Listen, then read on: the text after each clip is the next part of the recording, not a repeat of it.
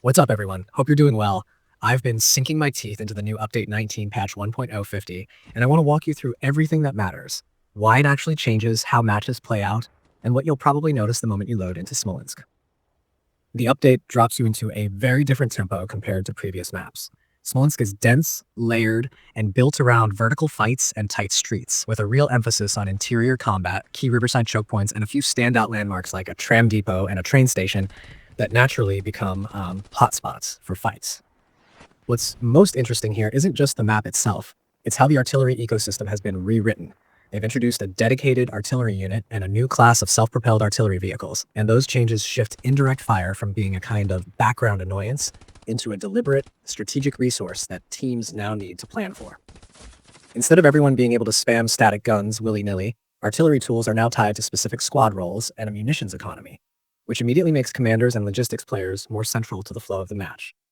Mechanically, this creates some satisfying trade-offs.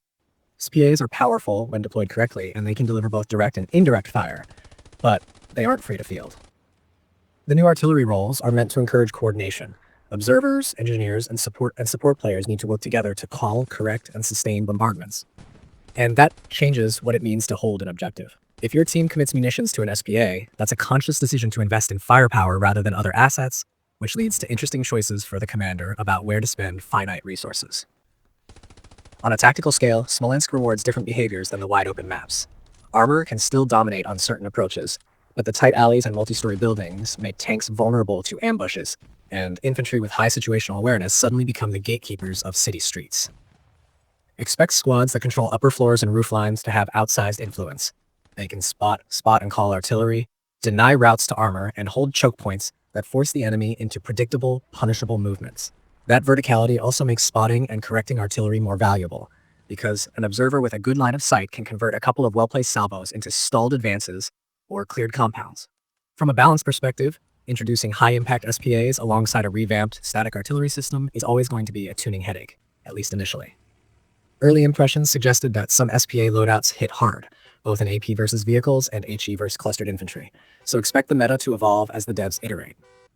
The community feedback loop is alive. The devs used multiple experimental branch builds to gather data and player reactions before the live launch, and that iterative playtesting shows the team intends to follow up with adjustments based on how these systems perform in real matches. Performance and presentation are also part of this package. Smolensk brings new atmospheric effects and nighttime variants that look fantastic, but those same visual changes can be demanding on consoles and lower-end systems.